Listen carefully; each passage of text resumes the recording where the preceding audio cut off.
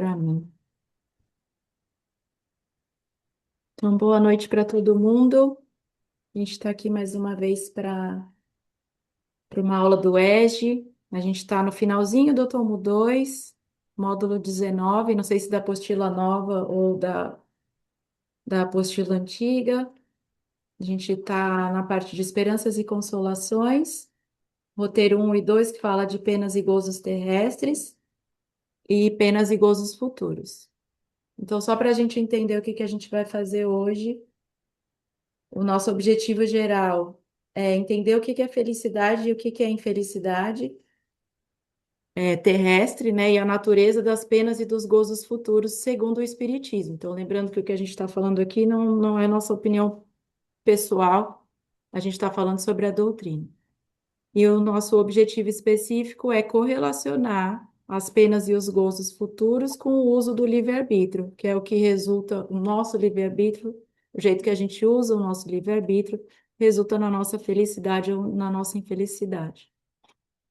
Eu queria só resgatar, quando a gente estudou, acho que foi com a Gi, que ela falou sobre a lei divina a lei de liberdade, né? Lembra que quando a gente quanto mais nós somos evoluídos, mais liberdade a gente tem, porque a gente sabe melhor usar o nosso livre-arbítrio, por causa do nosso grau evolutivo mais elevado. E lembrando que o livre-arbítrio e causa e efeitos andam juntos. E aí a gente vai começar com penas e gozos terrestres. Eu queria fazer um comentário antes, porque a gente vem estudando nos capítulos anteriores, né, nas aulas anteriores, a gente já está no final do tomo 2, então a gente já pode dizer que a gente não é mais tão cru nas coisas, né, sobre a doutrina, sobre as coisas que a gente necessita fazer, porque ah, Kardec já ajudou a gente na primeira revelação, segunda revelação, terceira revelação, agora a gente estudando. Então, os espíritos já vêm ajudando a gente a construir uma estrada de entendimento. A gente sabe que eles ajudam, né? Eles indicam o caminho, eles não falam que a gente não pode fazer, mas eles falam para a gente, olha, isso aqui é um pouco mais adequado, isso aqui é melhor para a gente. Então, é, essa construção dessa estrada de entendimento que eles fazem para a gente não, a gente já está mais maduro. Eu tenho certeza que ah, nós não, todos nós aqui não somos mais os mesmos desde a primeira aula, então a gente já aprendeu bastante. Mas lembrar que apesar deles ajudarem a gente nessa construção dessa estrada de entendimento, é a gente que precisa percorrer. E aí a gente vai começar a falar sobre felicidade e infelicidade.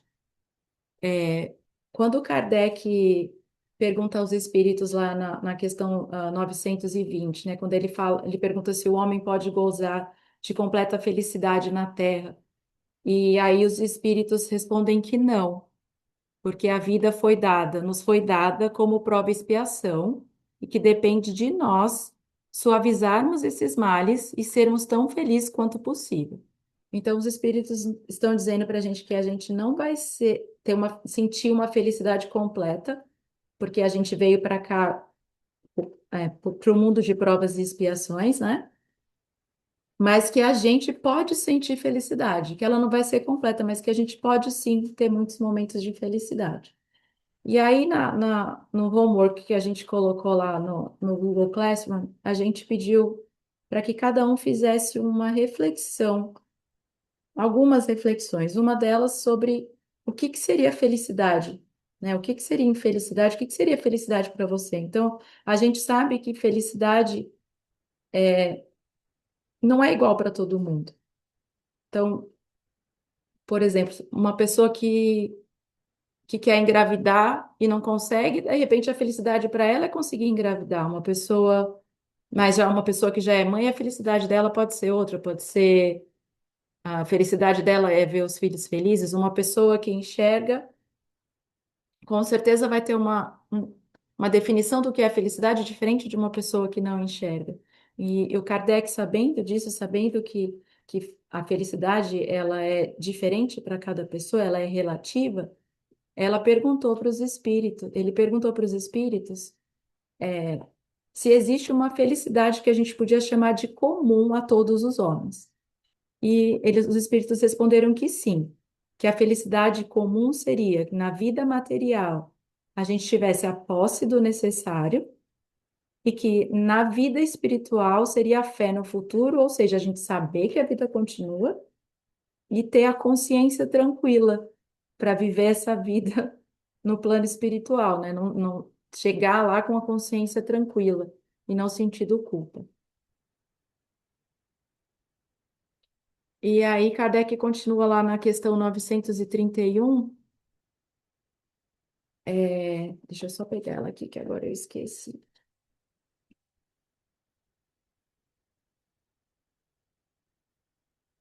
Kardec pergunta por que são mais numerosos na sociedade as classes sofredoras do que as felizes. E aí os espíritos respondem para a gente dizendo que a gente está num planeta de prova e expiação. Então isso significa que a gente vai ter vicissitude, que a gente vai ter tribulação, que a gente vai ter acidente, que a gente vai sofrer acidente, que vai ter aflição, que vai ter adversidade. Então que essas vicissitudes elas estão presentes, porque a gente está no planeta de provas e expiações.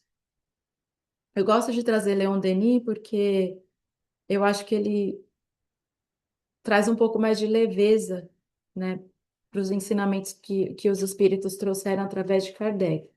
Então, ele fala que a finalidade da gente estar encarnada, a finalidade da gente estar na Terra, é que não é ser feliz, mas que é para a gente se aperfeiçoar. Então, a gente está aqui numa escola para a gente melhorar, para a gente se aperfeiçoar, mas que a gente pode sim experimentar a felicidade no nosso caminho. Lá no Evangelho segundo o Espiritismo, no capítulo 5, no item de 4 a 10, ele fala, das causas atuais e das causas anteriores das aflições, né? Ou seja, das vicissitudes. E ele fala que os espíritos nos falam que as vicissitudes podem ter duas causas, ou na vida passada ou na vida atual. Lembra que o Emmanuel, a gente já conversou isso numa das aulas do ESD, que eu não lembro qual. O Emmanuel não diz para a gente que muito do que a gente sofre é também da vida atual, mas a gente precisa lembrar que isso também serve para os momentos felizes. Então, nós somos responsáveis pelo que a gente vive de difícil, mas nós também somos responsáveis pelo que a gente vive de bom. Ou seja, a gente pode colher também os resultados bons dos esforços.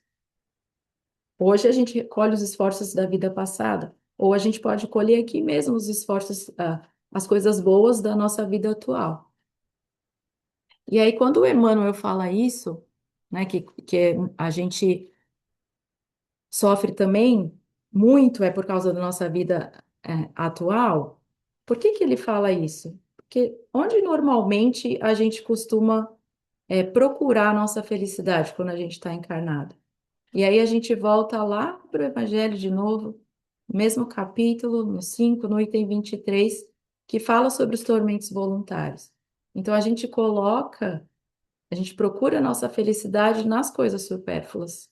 É isso que o Emmanuel está falando para a gente. Então a gente coloca a nossa felicidade nos gozos materiais, ao invés de colocar a nossa felicidade nos gozos morais. Então a gente diz que a gente só vai ser feliz se a gente tiver o carro X, que a gente só vai ser feliz quando a gente alcançar o cargo de diretor, que a gente só vai ser feliz quando a gente conseguir comprar aquela bolsa super cara, ou quando a gente tiver muitos pares de sapato. Então, o que ele está querendo dizer é que a gente cria os nossos próprios tormentos.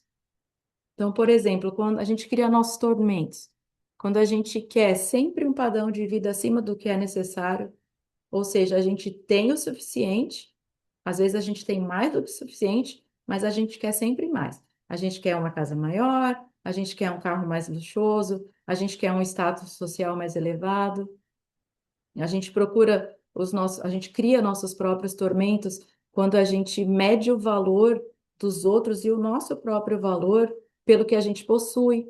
Então a gente busca felicidade nas aparências, né? Se a gente tem pouco, a gente não vale nada. Mas aquele que está usando uma roupa cara, aquele que tem um carro, caro, valioso, ele vale mais que a gente. E aí a gente vive nessa eterna comparação.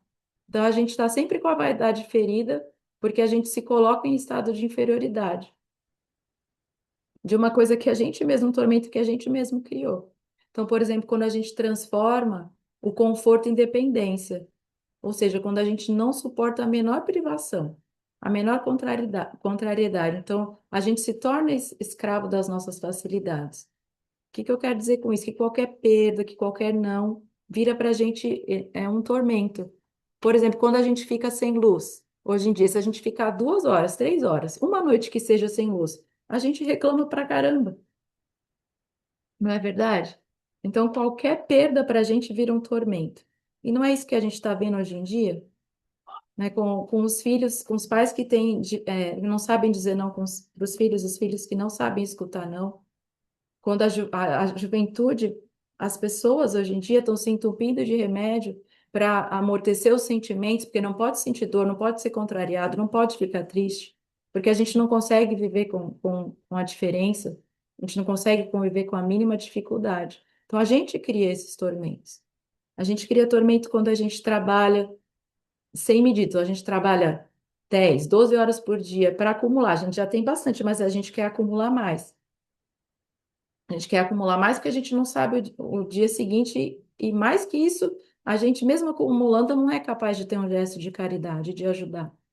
E a gente cria tormento quando a gente vive apenas para o nosso prazer sensorial, que é uma coisa que a gente faz muito, né? Para os nossos vícios, sem trabalhar a nossa moralidade, sem evoluir como pessoa, como ser, né? Como espírito que a gente é. Claro que os prazeres da vida, eles devem ser aproveitados, mas a gente não pode se tornar prisioneiros deles, né? É a gente que comanda isso ou a gente está sendo comandado pelos nossos vícios? E aí a pergunta que eu faço, que eu fiz para mim mesma, é assim, quem que provocou esses tormentos da minha vida? Foi Deus? Foi o meu vizinho? Foi o meu amigo? Foi o meu inimigo? Então a gente tem mania de colocar a culpa pelo que a gente passa nos outros, e principalmente em Deus.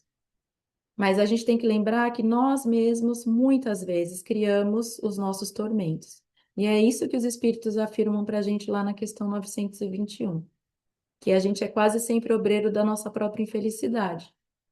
E como é que eles falam para a gente que a gente pode proporcionar a nós mesmos felicidade? Que é só praticar a lei de Deus. A gente estudou todas as leis morais, todas as leis divinas. Que é só a gente praticar essas leis.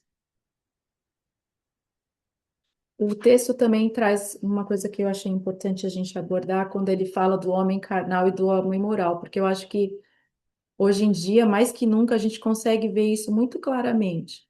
Então, ele fala, os espíritos falam para a gente que o homem carnal, ele vive apenas para os prazeres materiais, é aquele homem que busca, homem, no sentido de homem, mulher, de humanidade, né, de ser humano. Ele busca satisfação imediata, então ele não pensa no dia de amanhã, ele não pensa nas horas seguintes, ele só quer aquela satisfação daquele momento, sem pensar nas consequências. Ele é orgulhoso, ele é egoísta, ele teme a morte porque ele acredita que não tem nada, então ele teme o nada, e aí por conta disso ele vive ansioso. Já o homem moral e o homem carnal, resumindo, ele busca apoio nas coisas passageiras. Já o homem moral, ele modera os desejos dele, ele já consegue moderar os desejos dele, ele busca se autoconhecer, que eu acho que é o que está todo mundo fazendo aqui, né? A gente não vem estudando tantas terças-feiras seguidas à toa para dar palestra para ninguém, a gente vem fazer isso por nós mesmos, né? O homem moral, ele pratica o bem, ele pratica a caridade, ele sente felicidade pela felicidade alheia, ou seja, ele respeita as leis divinas. E aí os espíritos nos dizem que o homem moral, ele já pode aqui nesse mundo experimentar uma felicidade que o homem material não é capaz de conhecer. E aí a gente pode correlacionar o homem carnal com o sofrimento dos espíritos inferiores, que somos nós, porque a gente sabe que os sofrimentos são tão variados quanto a causa, porque elas são proporcionais ao nosso grau evolutivo. Os espíritos inferiores, eles invejam a felicidade dos outros, né? Eles sentem pesar, eles sentem ciúmes, Eles sentem desespero, desprezo, ansiedade, raiva. Eu já me achei em algumas coisas, então eu sei que eu também ainda sou um espírito inferior, né? Os espíritos inferiores desejam todos os gozos, mas não podem tê-los. Então, de novo, é aquele que está buscando apoio nas coisas materiais. E aí, quando a gente fala da felicidade dos bons espíritos, que é aquele que está focado no homem moral, porque os bons espíritos são conhecedores de todas as coisas. Os bons espíritos não sentem ódio, não sentem ciúmes, não são ambiciosos, não sentem mais inveja, né? O amor que os une, para eles, só isso já é um motivo de felicidade. Então, eles são felizes também pelo bem que eles fazem. E a felicidade dos bons espíritos também é proporcional ao grau evolutivo de cada um, que é o homem focado no, são os espíritos focados no homem moral. Ó, para a gente falar de gozo e das penas terrestres, que é o que a gente está fazendo agora, eu trouxe essa imagem aqui, ela não é minha, tá bom? Essa imagem é da Ana Teresa Camasmi, numa palestra que eu fui dela, deve ter umas 4 semanas, que eu achei que ela resumiu muito bem a, como a gente pode falar das penas e dos gozos terrestres, né? Ela trouxe isso daí, além do Evangelho, além do céu e inferno, ela usou o livro da Joana de Ângeles, o livro Plenitude. E aí eu estou trazendo essas considerações aqui do livro Plenitude, porque a Joana fala dos sofrimentos, ela fala das vicissitudes, fala das provas e expiações, mas mais que isso, ela dá ferramentas para a gente poder passar por essas provas, por essas expiações, né? Por essas penas. E a gente sabe que quando a gente está encarnado, todos nós temos as nossas provas, nós temos as nossas expiações e nós temos a nossa missão. Então a gente pode falar que a missão, ela explica para a gente que a missão é a nossa contribuição para o mundo. Então, o que que eu tenho para contribuir para o mundo? Está relacionado com o nosso futuro. Porque a gente tem o costume de achar que missão é só para aqueles grandes missionários, né? Para aquelas Chico Xavier, Gandhi, ou você ser o presidente da República, ou seja lá o que for. Então normalmente a gente tem a mania de pensar que missão é só uma coisa gigantesca e não é isso. Todos nós temos as nossas missões, todos nós temos contribuições para dar para o mundo. Então a gente tem dentro de casa com a nossa família, é uma missão. E é uma missão difícil, e é uma missão importante. A gente tem missão no nosso trabalho, a gente não trabalha onde a gente trabalha por acaso. A gente tem missão no centro espírita, na igreja, ou seja lá, que lugar que a gente frequenta, mas a gente tem missão na escola. Então, cada indivíduo tem uma missão a desempenhar consigo mesmo e com a sociedade. Então, a missão consolida o nosso futuro. É isso que a Joana explica para a gente nesse livro. Ela fala que o sofrimento kármico, que a gente já ouviu isso de Kardec, a gente já sabe, que ele pode se apresentar de duas maneiras. Então, ele pode vir em forma de prova e em forma de expiação. E aí a Joana chama o sofrimento, é, as provas de sofrimento reparador que promove. Então, ela fala que as provas, elas educam a gente de forma consciente. Que a prova, ela não é imposta, ela é proposta pelos guias espirituais e que ela não tem um caráter punitivo. Ou seja, a gente pode mudar de curso e elas podem ser suavizadas. Então, as provas são aquisições de novos valores que a gente pode ter.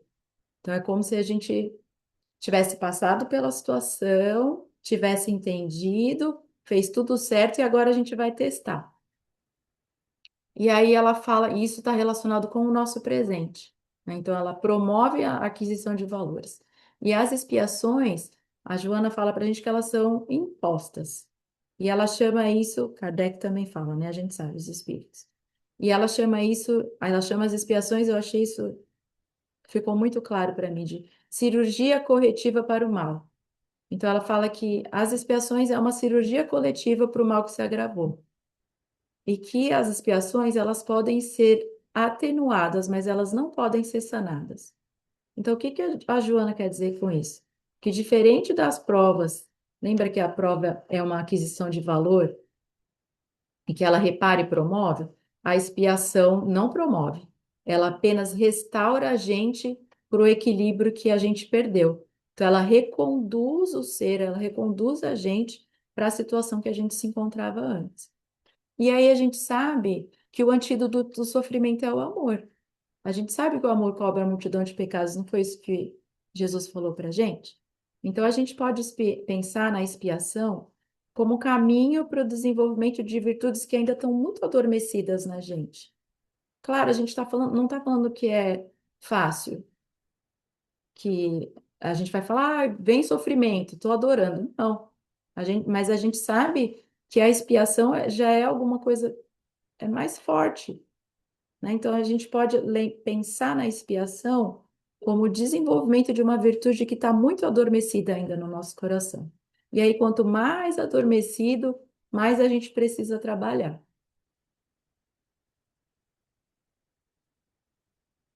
Se a gente parar para analisar nossa dificuldade, todas as nossas dificuldades, né?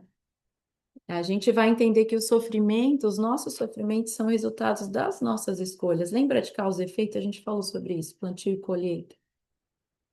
E se os espíritos nos falam que se as nossas dificuldades, o nosso sofrimento for resultado da ação de outra pessoa, que essa pessoa será responsabilizada. Porque a gente pode até conseguir fugir da lei dos homens, mas a gente nunca consegue fugir da lei de Deus. Então, assim também é com a felicidade. A felicidade é resultado das nossas escolhas. Então, às vezes, a gente foca muito no sofrimento, muito nas coisas difíceis, fica ó vida, ó céus, mas a gente precisa lembrar que a felicidade também é resultado de escolha nossa, que a gente não tem só coisa ruim. A gente não faz só coisa errada, a gente também faz coisa boa. E a gente precisa lembrar que muitas das nossas dores surgem de escolhas impulsivas que a gente faz, da nossa falta de disciplina, do nosso orgulho, da nossa vaidade, do nosso excesso de desejo, dos nossos vícios. E a gente sabe que a gente é autor do nosso próprio destino. A gente sabe que a felicidade completa não é desse mundo. Mas o Espiritismo ensina a gente que nós podemos reduzir nossas dores e viver muitos momentos de felicidade que só depende da gente.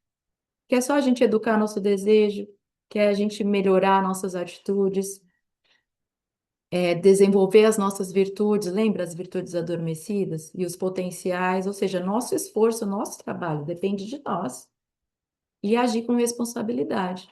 Então, a gente pode sim alcançar a felicidade relativa, a gente pode sim alcançar uma paz interior, que é a consciência tranquila, lembra?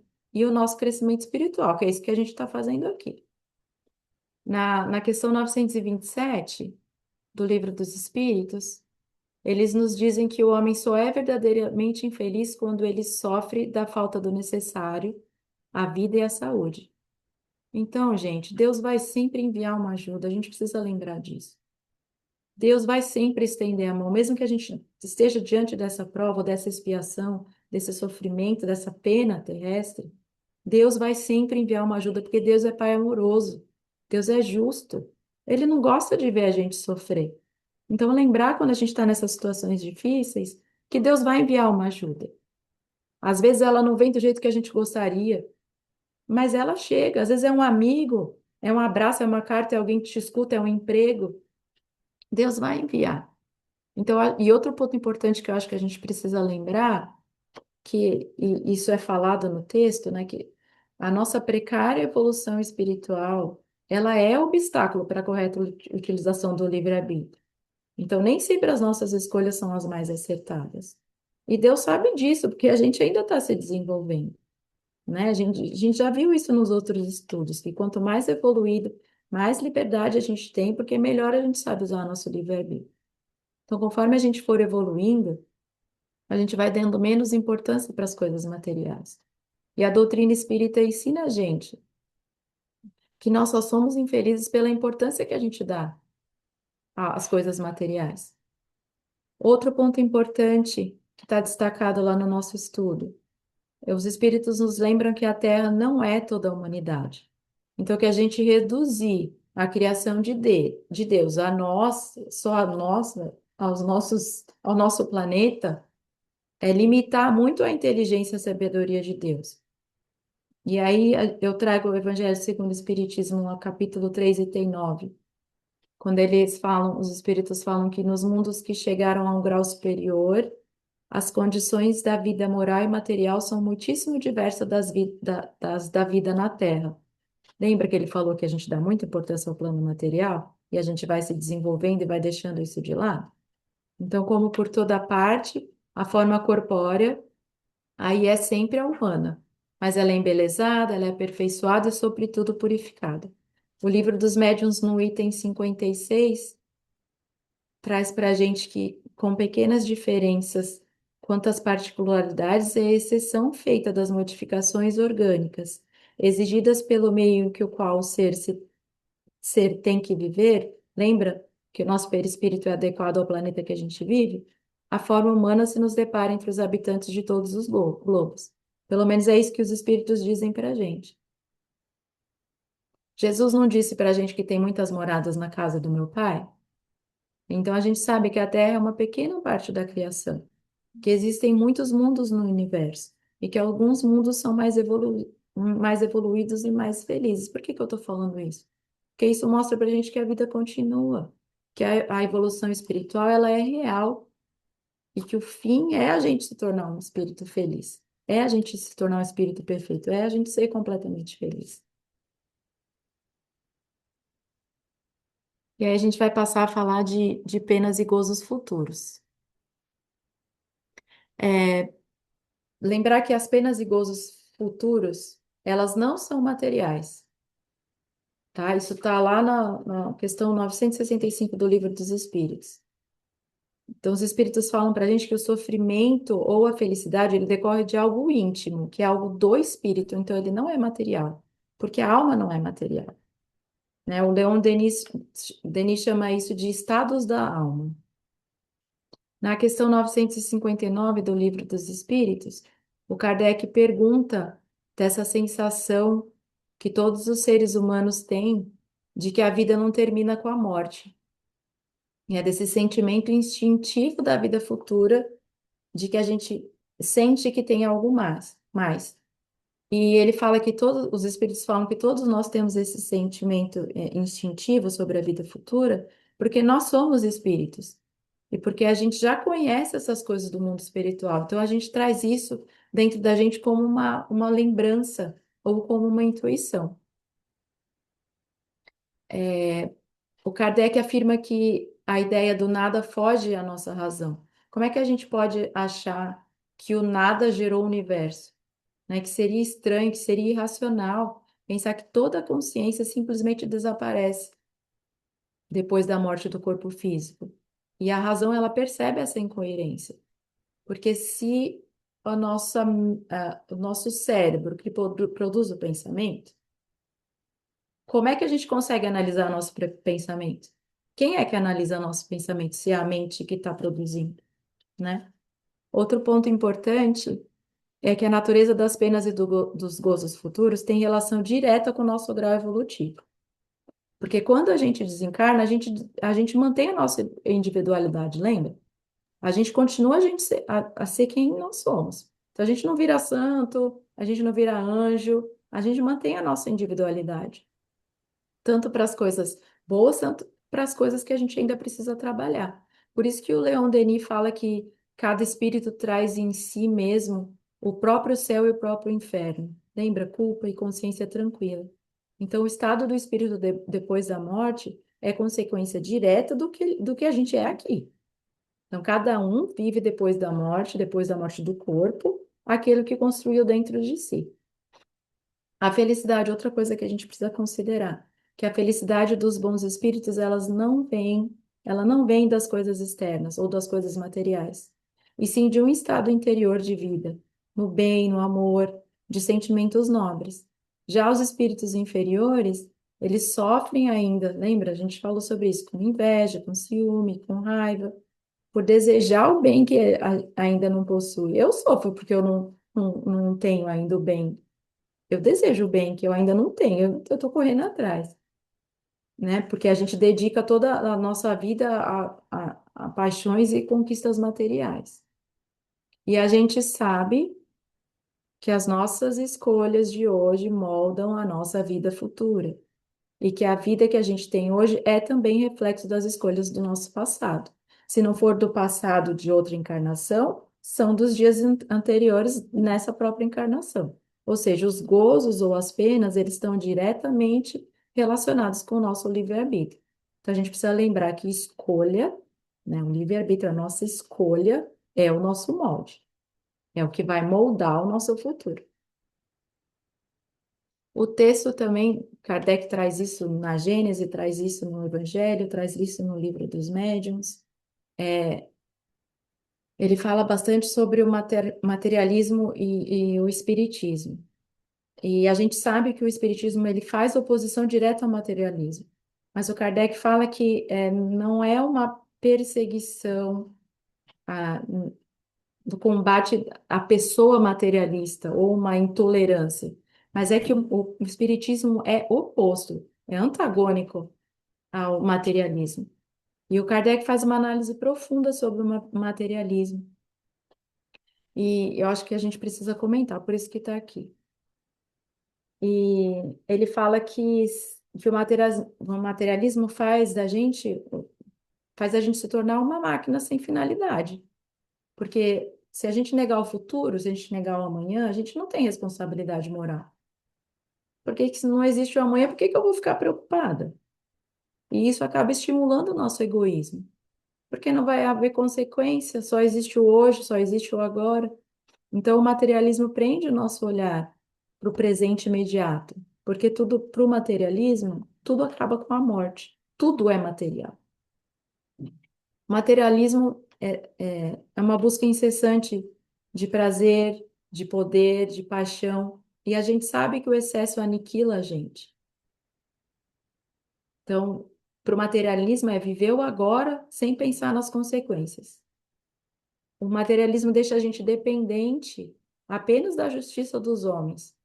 Olha que triste, porque a gente sabe que a justiça dos homens é falha. A de Deus, não. Então, a gente seria apenas uma máquina, uma simples máquina sem responsabilidade nenhuma, dependente apenas da justiça dos homens. O materialismo faz a gente sentir desespero quando a gente sofre, porque, gente, não tem refúgio, não tem esperança para o materialista. Não tem amanhã, não tem Deus, não tenho nada. Então é só desespero. Porque se não tem vida futura, não tem refúgio. É só a perspectiva do nada. Isso acaba apavorando, amedrontando a gente. E para o materialismo, a morte é o fim. Então, ele gera esse medo aterrorizante na gente, porque lembra a ideia do nada, né? E a gente sabe, e isso faz a gente sentir medo, porque a gente traz dentro da gente esse sentimento instintivo de que a vida continua, de que tem algo mais, tem algo que sobrevive. Agora, o espiritismo, a gente precisa lembrar que ele não partiu de uma crença, ele partiu de observações. Então, são as vozes dos espíritos que estavam espalhadas pelo mundo e, e não surgiu de uma opinião individual de uma pessoa. O espiritismo, ele não substitui um sistema, ele não nasceu de ideias pré-concebidas. O espiritismo dá para a gente a esperança. Imagina que legal a esperança do reencontro com quem a gente ama. Então, saber que a gente perdeu alguém agora, nessa vida, mas que a gente vai encontrar, a gente vai se reencontrar. Mas também a gente pode sentir culpa e medo, né? Porque se a gente prejudicou alguém, a gente vai encontrar essa pessoa também, mas ao mesmo tempo a gente sabe que vai ter a chance de ajustar onde a gente errou. E isso não é um privilégio. Pertence a todas as categorias de espíritos. Então, todos os espíritos têm isso, vão sentir isso. E não importa a crença. Acho que o que o Espiritismo dá para a gente, principalmente, é isso, é a fé no futuro, né? A realidade da vida futura, é a certeza da realidade da vida futura. Os Espíritos e Kardec nos alertaram do perigo que seria se o materialismo se propagasse. Vocês lembram disso? Tem várias citações no Pentateuco, tem citações do Emmanuel, tantas outras. Gente, a Kardec falou disso em 1800 e, sei lá, 1857. Olha o que que a gente está vivendo hoje em dia, né? Olha o que está acontecendo com a nossa sociedade. Eu acho que eu escolhi essas figuras porque eu acho que resume muito bem isso que a gente está vivendo. Então, o Espiritismo chama a gente para a verdade de que a vida continua, que tem sim consequência, que tem sim vida depois da morte do corpo, que a gente precisa pensar nisso. E mais que isso, que existe um Deus que ama, que cuida, e que nós somos os responsáveis pelos nossos atos. O texto também fala para a gente do homem moderno, né? E aí eu fiquei me perguntando como é que a gente pode aguardar uma felicidade absoluta, né? Porque às vezes a gente se questiona, eu me questiono pelo menos sobre isso. Como que a gente pode aguardar uma felicidade absoluta? E aí eu trouxe Emmanuel no capítulo 111 do livro Pão Nosso, quando ele fala, eu vou quote, tá? Se o homem conseguisse, desde a experiência humana, devassar o pretérito profundo, chegaria mais rapidamente à conclusão de que todas as possibilidades que o felicitam, em conhecimento e saúde, provêm da bondade divina, e de que a maioria dos recursos materiais à disposição de seus caprichos procede da injustiça. Bastará recordar, nesse sentido, que quase todos os estados terrestres se levantaram há séculos sobre é, conquistas cruéis. Então, como é que a gente pode esperar felicidade completa se a gente está vivendo num mundo de provas e expiações? Se a sociedade que a gente, que a gente, se a sociedade que a gente tem hoje foi construída em cima de guerra, em cima de briga, e não de conversa, de amor. E aí, lá no livro Consolador, na pergunta 68, é, a pergunta é a seguinte, eu vou coach também, tá bom?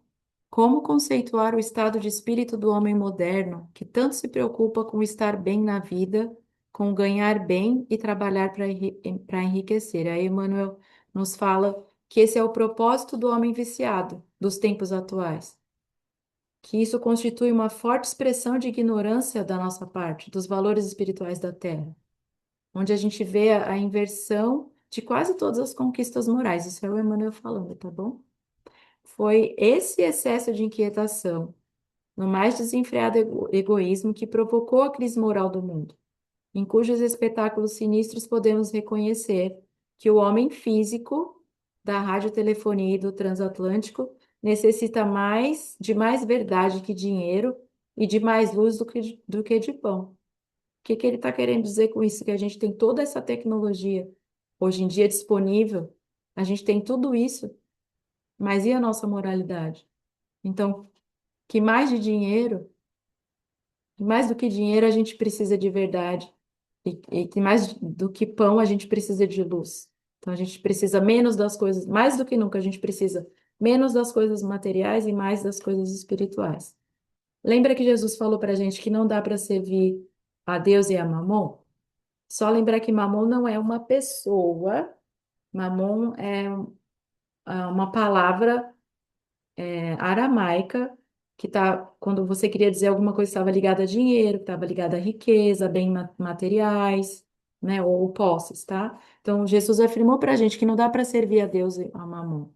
Então, Jesus não usava a palavra materialismo, mas ele falava do espírito materialista. Então, do nosso apego, do nosso excesso aos bens, da vida centrada no prazer, no egoísmo, falava da avareza. Porque Mamon representa exatamente o domínio dessa riqueza, do interesse material e da ambição, da nossa ambição sobre as coisas da alma. Jesus também ensinou: não ajunteis tesouros na terra, porque onde estiver o vosso tesouro, aí também estará o vosso coração. O que que Jesus quer dizer com isso? Que o problema não é possuir bens, mas que é colocar todo o nosso coração e a nossa alma nas coisas passageiras e esquecer os valores espirituais não dá certo. Porque o que a gente vai levar daqui não são as coisas materiais. Mas Jesus não condenou a matéria, não condenou o trabalho, não condenou o dinheiro, não condenou o conforto. Ele só advertiu a gente contra o materialismo da alma, né? Viver como se a vida espiritual não existisse, como se a felicidade estivesse apenas em possuir, em consumir, em dominar, em aproveitar. E aí Emmanuel nos traz, nos lembra,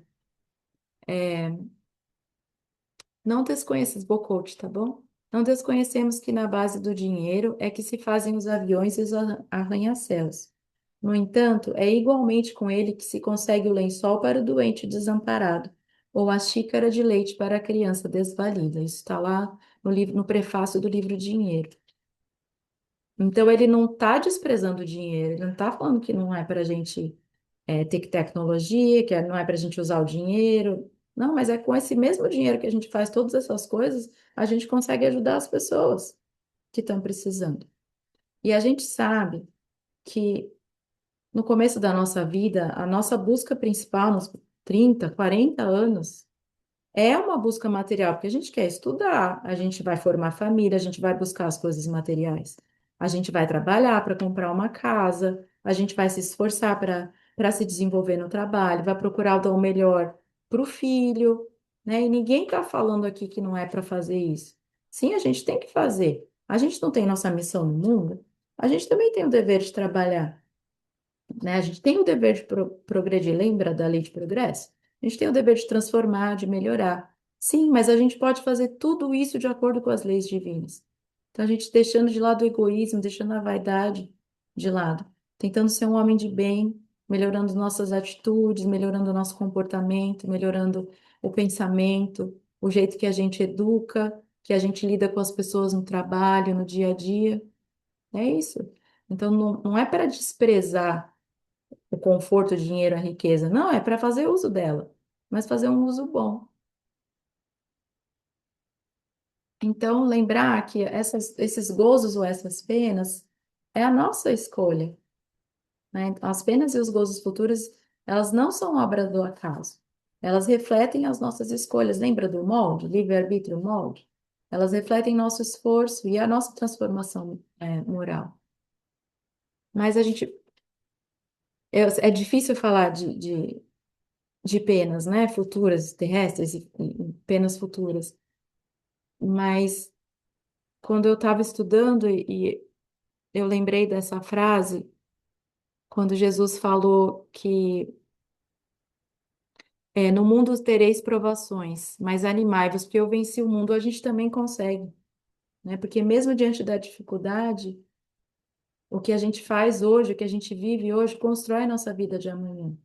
Lembra das nossas virtudes adormecidas que a gente falou lá atrás? A gente está desenvolvendo essas virtudes adormecidas. É só a gente desenvolver elas. E aí eu tô quase acabando já, tá? Tô olhando aqui o tempo, mas acho que dá. É, como falar de penas é uma coisa difícil, eu nem gosto muito de usar essa palavra, mas acho que a gente pode falar, sei lá, da nossa colheita, das consequências das coisas que a gente faz. Eu trouxe um texto que está lá no Evangelho segundo o Espiritismo, capítulo 17, o item 10, porque, gente, olha como que Deus é bom. Como que Deus conhece a gente, como Ele ama a gente, como Ele respeita o tempo de aprendizado que a gente tem, como Ele respeita o nosso grau evolutivo. Vocês lembram lá da construção da estrada de entendimento? Então, eu vou ler esse texto rapidinho para a gente conversar sobre ele, porque eu acho que tem tudo a ver com o que a gente está estudando. Então, esse item é a fala do homem no mundo, quando ele fala assim, um sentimento de piedade deve sempre animar o coração dos que se reúnem sobre as vistas do Senhor e imploram a assistência dos bons espíritos. Purificai, pois, os vossos corações. Não consistais que neles demore qualquer pensamento mudando ou fútil. Então, olha que coisa ele fala, demore. Ele escreve, não é à toa, né? É um espírito protetor que escreveu isso. Ele não escreve a palavra demora à toa. Deus sabe que a gente ainda não está num grau evolutivo em que a gente não vai conseguir pensar as coisas ruins, que a gente não vai conseguir sentir, deixar de sentir inveja, que a gente não vai conseguir deixar de pensar coisas fúteis. Mas ele sabe que a gente é capaz de não deixar aquele pensamento demorar na nossa cabeça. Então ele não pede para a gente algo que ele ainda não pode dar, né? Então ele diz: Eu sei que essas bobagens vão passar ainda na sua cabeça. Ups. Eu sei que essas bobagens vão passar na sua cabeça, mas não deixe que elas se demorem em você. Então tá com dificuldade, surgiu um pensamento ruim, uma ideia ruim, ficou com vontade de falar uma bobagem que você sabe que você não deve, pede ajuda. Pede ajuda. Quando ele fala assim, levai o vosso espírito àqueles por quem chamais, aí, pede ajuda, a fim de que, encontrando em vós as necessárias disposições, possam lançar em profusão a semente que é preciso germine em vossas almas e dê frutos de caridade e justiça. E aí, continuando, ele diz como que a gente pode fazer isso, como que a gente pode deixar que esse pensamento passe logo, não demore. Eleva o nosso espírito, ou seja, ora, entra em contato, entra em conexão com os bons espíritos, que eles vão vir ajudar a gente. E aí ele continua falando lá: Não julgueis, todavia, que exortando-vos incessantemente a prece e a evocação mental, pretendamos vivais uma vida mística, que vos conserve fora das leis da sociedade onde estáis condenados a viver. Então ele alerta a gente que não adianta viver só na oração. Então, você precisa de ajuda, você ficar parado lá pedindo, ai, me ajuda. Não sei fazer nada a respeito. Então não adianta a gente se isolar na montanha, né? Viver lá na montanha. Não, a gente precisa colocar esses ensinamentos em prática e trabalhar, né? Orar e agir. Ele continua lá. Não, vivei como os homens da vossa época, como devem viver os homens. Sacrificai, mas sacrificai as necessidades, mesmo as frivolidades do dia, mas sacrificai com um sentimento de pureza que as possa santificar. Então, ele está falando para a gente viver como os homens da nossa época, que é necessário correr atrás das coisas materiais também. Lembra que a gente falou do necessário para viver? Então, a gente precisa disso. Mas fazer o que for preciso com pureza no coração, com justeza, com carinho. Eu vou pular uma parte aqui, tá bom? Quando ele fala assim, sois chamados a estar em contato com espíritos de naturezas diferentes, de caracteres opostos. Não choqueis a nenhum deles com quem estiverdes. Então, ou seja, respeita o grau evolutivo da pessoa, respeita a crença, respeita o valor de cada um. Nós não somos iguais. As pessoas têm culturas diferentes, pensamentos diferentes. Não é para a gente chocar as pessoas com o que a gente acha, enfiar nossas ideias nas pessoas goela abaixo, né? Quando ele fala assim, sede joviais, sede ditosos, mas seja a vossa jovialidade a que provém de uma consciência limpa. Seja a vossa ventura a do herdeiro do céu, que conta os dias que faltam para entrar na posse da sua herança. Ou seja, busquemos a felicidade. Sejamos felizes nos momentos que a gente pode ser feliz. Sejamos alegres. Aproveitemos os momentos de felicidade. A gente só precisa aproveitar ele de maneira pura, de maneira que a nossa consciência fique tranquila. Ele continua falando: não consiste a virtude em assumirdes severo e lúgubre aspecto, em repelirdes os prazeres que as vossas condições humanas vos permitem. Ou seja, para ser justo, para ter a consciência tranquila, a gente precisa ter seriedade, mas a gente não precisa ser lúgubre, infeliz, severo, triste. Então a gente confunde severidade com seriedade. Por isso, muitas vezes a gente entra numa instituição religiosa e tá todo mundo com a cara que parece que morreu alguém, né? Como se não fosse para você estar lá. Como se sorrir, se sentir alegria fosse uma afronta, e não é, ao contrário, ele está falando aqui para gente. E o último que eu queria trazer, que ele termina assim, deixa eu achar aqui. A perfeição está toda, como disse o Cristo, na prática da caridade absoluta. Mas os deveres da caridade alcançam todas as posições sociais, desde o menor até o maior. Nenhuma caridade teria praticar o homem que vivesse insulado.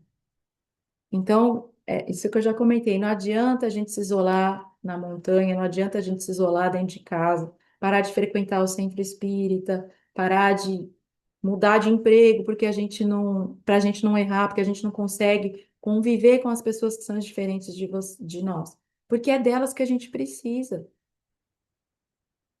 A gente não pode esquecer que a perfeição vai chegar na prática da caridade absoluta. E lembrando que a gente vai praticar essa caridade com os outros e os outros vão praticar essa caridade com a gente.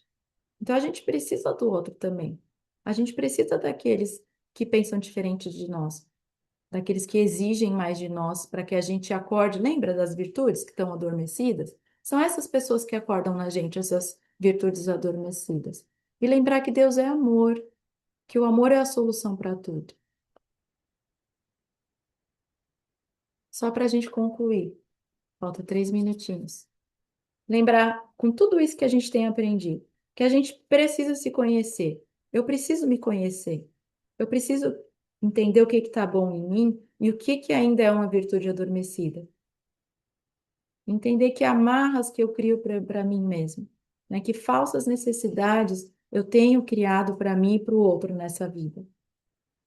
Para aí, então, eu ser capaz de me transformar, porque eu só consigo transformar uma coisa que eu conheço, né? Transformar o que não está bom e acordar aquela virtude que está adormecida lá. E isso só se dá através da nossa vontade, do nosso esforço. Tem que trabalhar, tem que se dedicar. Não é fácil. E diante das dificuldades, a gente aprender a ter resignação. Diante do que a gente não pode mudar, porque tem coisa que a gente não pode mudar. Tem coisa que a vida impõe para a gente que a gente não tem saída.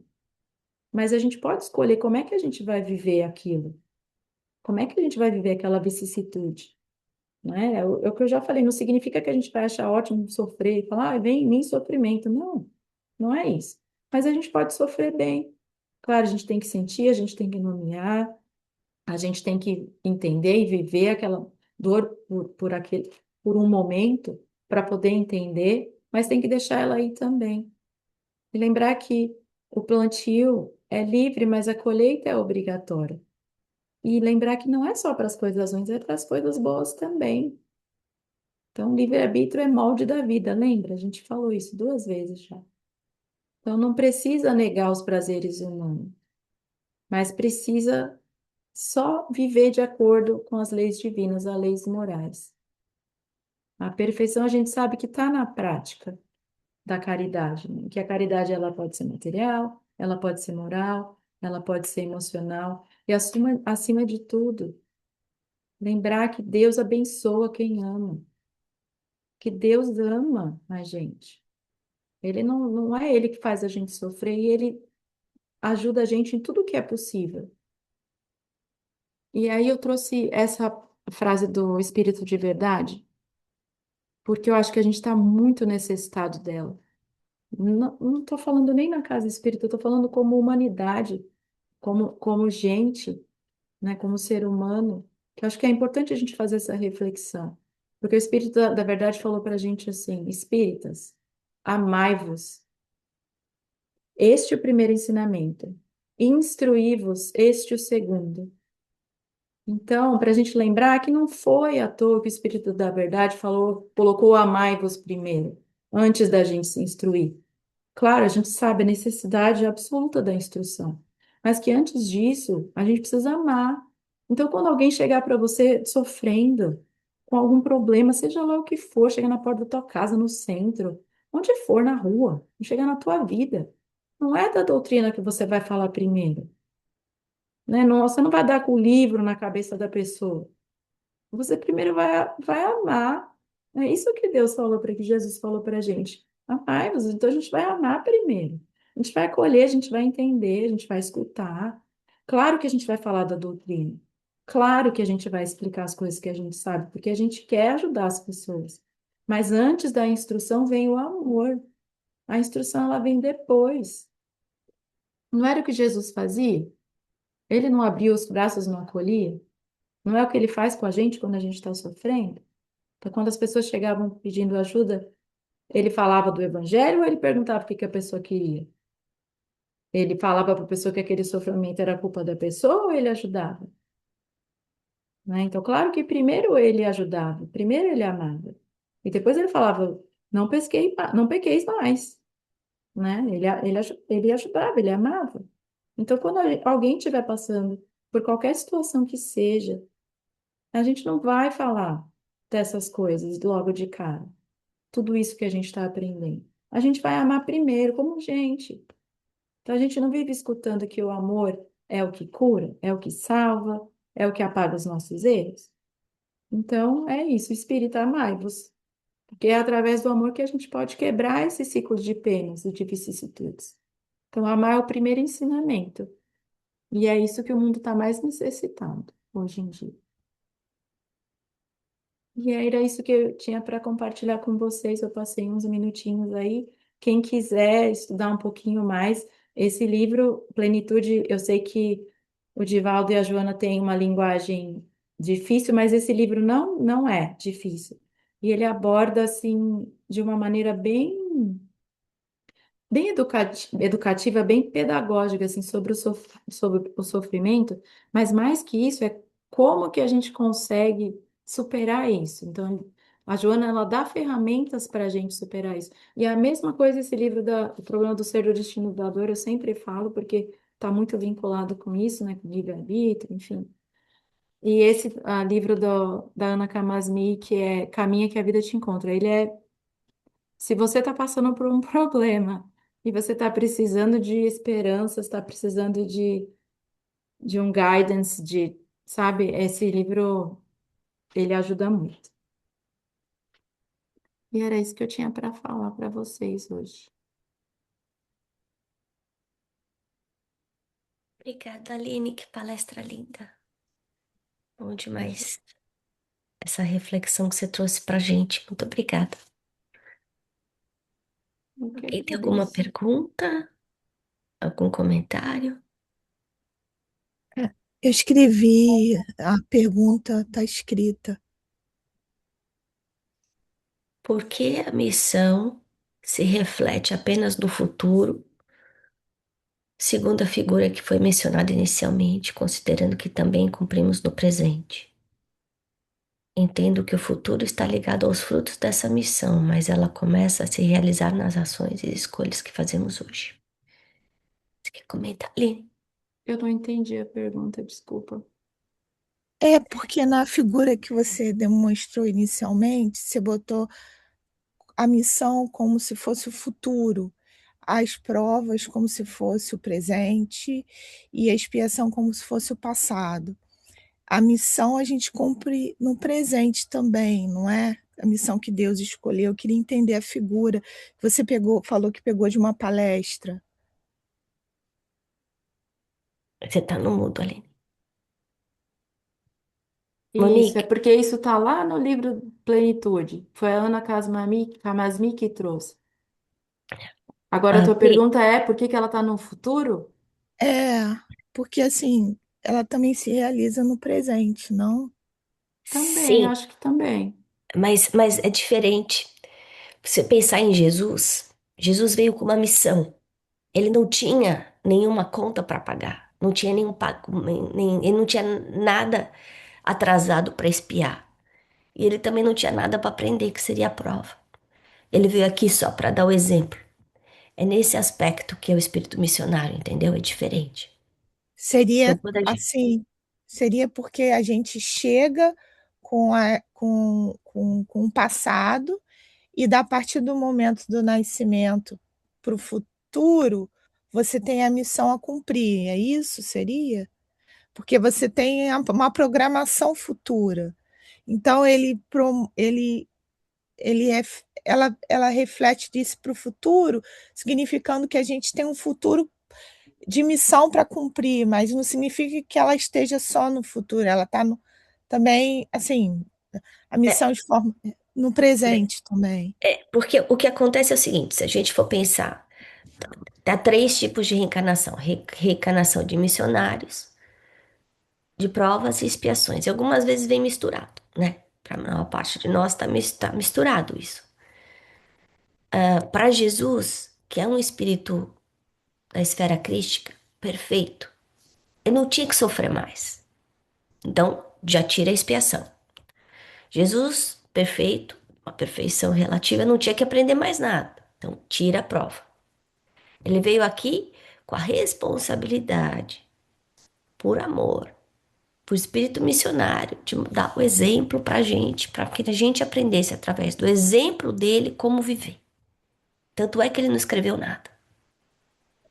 Então, através do exemplo dele na vida, ele estava plantando sementinhas para que a gente conseguisse compreender os ensinamentos. É diferente de uma pessoa que está tentando se melhorar, né? Então,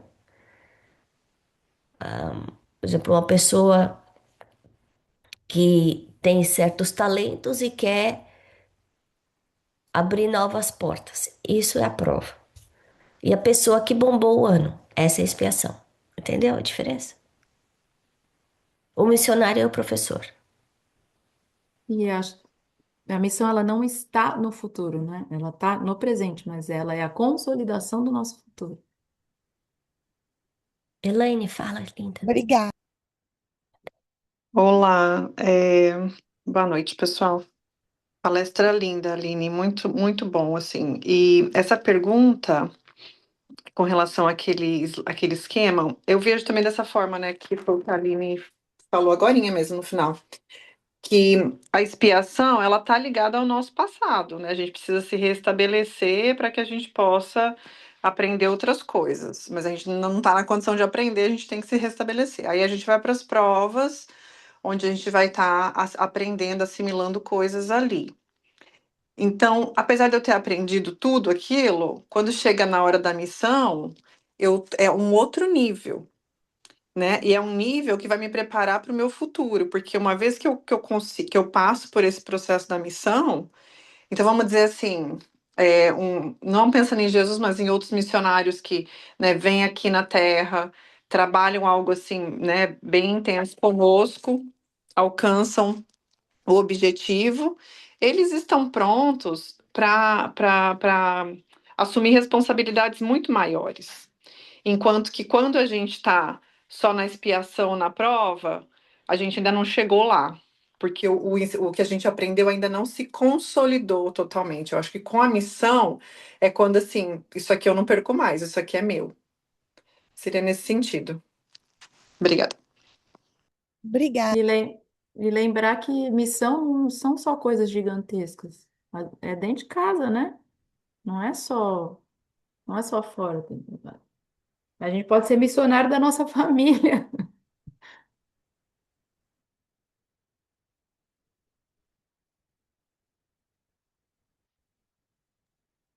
Mais alguma pergunta? Algum comentário?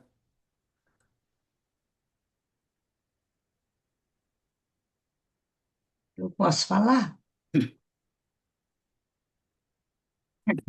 Eu estava ouvindo vocês e me lembrando que, sob a ótica da filosofia espírita, o nosso modo de entender o tempo é completamente diferente de como a gente vê aqui na vida material, no dia a dia. Tempo cronológico aqui, hoje e agora. Tempo para o espírito imortal, a filosofia espírita chama de duração. É um mix, passado, presente e futuro. E, indiscutivelmente, essa é a realidade do espírito. Porque, vou dar um exemplo prático para vocês acompanharem melhor o meu pensamento. Eu estou aqui, de repente, a Aline fala no livro Plenitude. Eu volto 20, 30 anos atrás. E lembro da alegria, da emoção, do prazer que foi ler esse livro, que, na minha modesta opinião, é o melhor da coleção de Joana de Ângeles. Na minha vida, a plenitude foi uma transformação. Eu perdi o medo do sofrimento, eu perdi o medo da dor. Bom, mas não era isso que eu queria falar. Eu queria contar que eu pensei no plenitude, voltei 20 anos atrás. Agora, Quando eu falo, tem tanta coisa importante nesse livro, eu preciso reler, eu preciso me esforçar para ter uma vivência coerente, real, verdadeira, em cima dos conceitos que ali estão.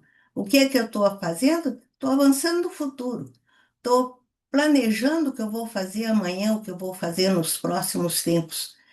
Então, vejam, passado, presente, futuro, tudo acontecendo aqui. Então, a gente tem que olhar a realidade da vida, a dinâmica da vida, com uma frase muito simples, que inclusive resume toda a coisa linda que a Aline nos falou. É que Deus é o dono, Ele é o criador de tudo que existe, de todo o planejamento, está tudo nas mãos dele. Nós somos apenas administrador.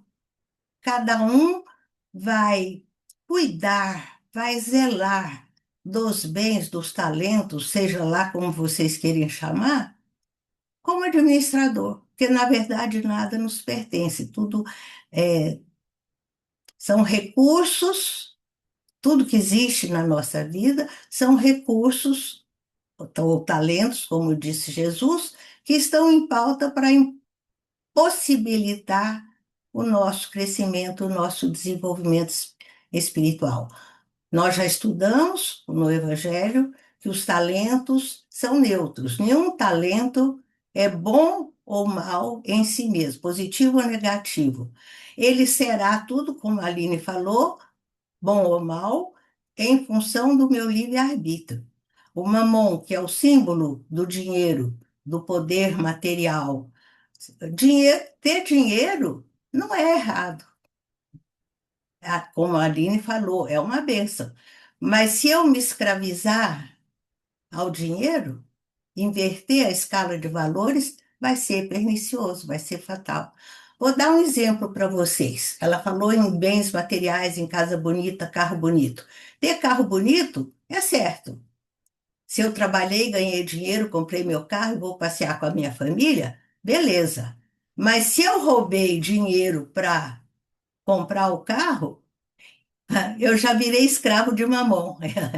Então, inverti completamente a situação, né? Então, Aline, que Deus abençoe os seus talentos, que você continue cada vez mais sábia e cada vez compartilhando com tanta simpatia e com tanto amor, viu? E agora vamos usar os nossos talentos, colocando em ação o nosso amor, a nossa energia positiva.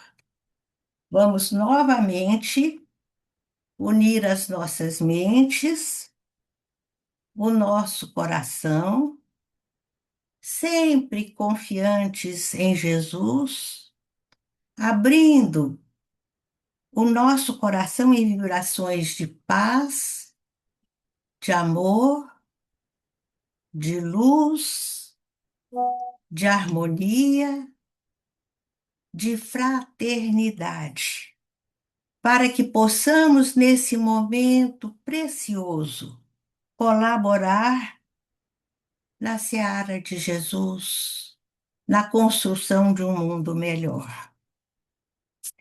E assim, amparados pelos benfeitores amigos, amparados por Jesus, nosso mestre e amigo de todas as horas, vibremos para que haja paz no mundo e que todos os governantes sejam auxiliares de Jesus. Vibremos por todos aqueles que desconhecem as leis de Deus. Vibremos por todos os enfermos do corpo e da alma, inclusive por aqueles que conhecemos. Fazemos uma pausa para que cada um possa mentalizar aquela pessoa que deseja ajudar, pedindo aos benfeitores amigos que cuidem dela, cuidem dessa pessoa, que ela seja amparada na sua saúde física e na sua saúde espiritual. Vibremos amorosamente por todos os idosos, envolvendo-os com carinho e respeito. Vibremos pelos desesperados e por aqueles que tentam abreviar a vida. Nós sabemos o índice de suicídio está altíssimo no mundo moderno, justamente em função desses valores materialistas.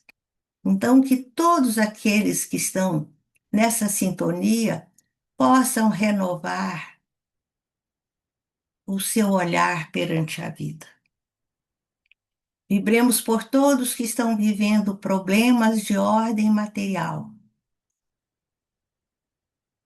para que tenham esperança e certeza de dias melhores. Vibremos por todos aqueles que adentraram no caminho dos vícios, para que possam se libertar de toda e qualquer dependência. Vibremos por todos os que têm nos enviado nomes, pedindo socorro, pedindo ajuda, na certeza de que nesse momento o benfeitor amigo vai pegar cada nome, cada endereço anotado no nosso caderninho, anotado lá na federação, e levar a ajuda que se faça necessária.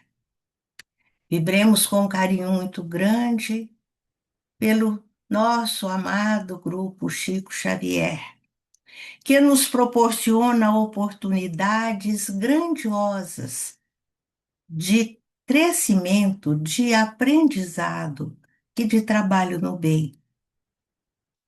Vibremos pelos nossos lares, envolvendo toda a nossa família em respeito, fraternidade e amor. Lembrando o comentário que a Ana fez de que o nosso compromisso maior é com a nossa família.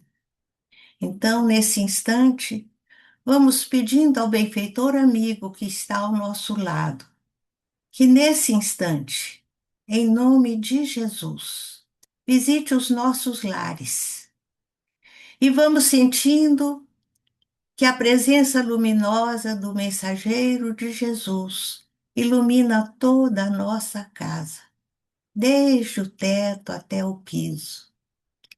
Essa luz desintegra tudo de negativo que eventualmente a nossa imaturidade ali tenha acumulado.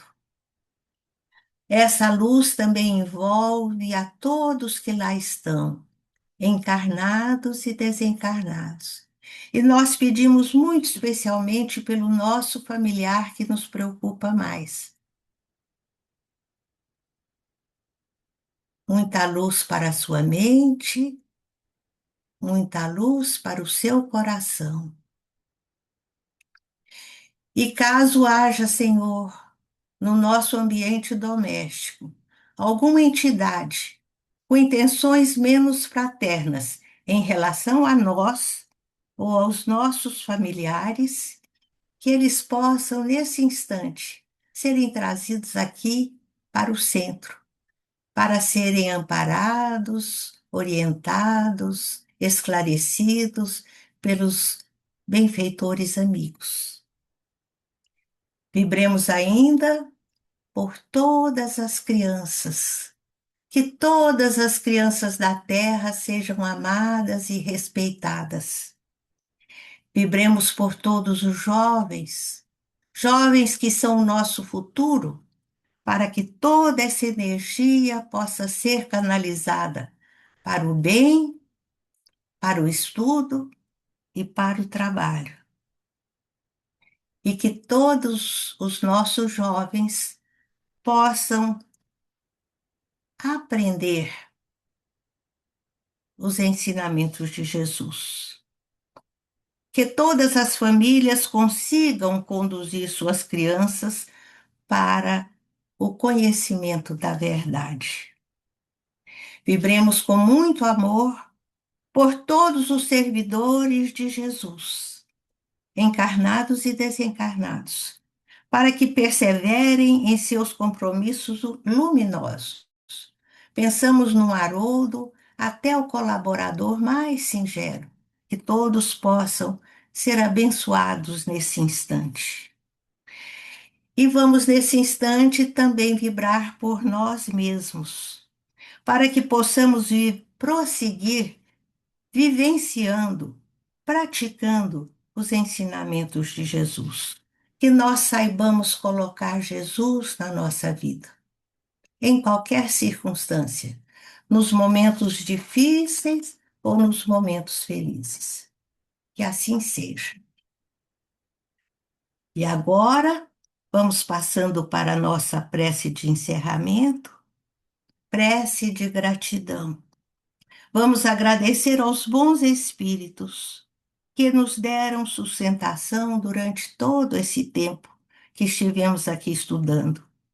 E peçamos a eles que nos ajudem a pôr em prática as lições que recebemos. Que o amor e a fidelidade a Deus não nos abandonem. Que os ensinamentos de Jesus, tão claramente explicados pela doutrina espírita, possam permanecer em nossos corações. Que nós saibamos ser fraternos, pacíficos e pacificadores, com muito amor e principalmente com muita humildade, entendendo que não podemos exigir do outro a perfeição que ainda não possuímos. Que Deus nos abençoe hoje e sempre, para que permaneçamos firmes no estudo e no trabalho. Que assim seja, graças a Deus.